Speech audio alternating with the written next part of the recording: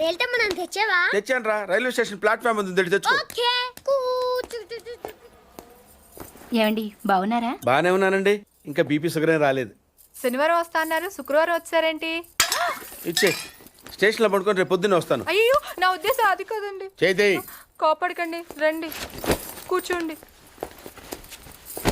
స్నానానికి నీళ్లు పెట్టించమంటారా? ఎందుకు? డైరెక్ట్గా వెళ్ళి నూతులు దూకేస్తాను, సాయంత్రం దించండి. అయ్యో ఎందుకండి ప్రతిదానికి కోపడతారు? కోపడక ఇంట్లో అన్ని కార్లు పెట్టుకుని స్టేషన్ ఒక కారు పంపించలేరా?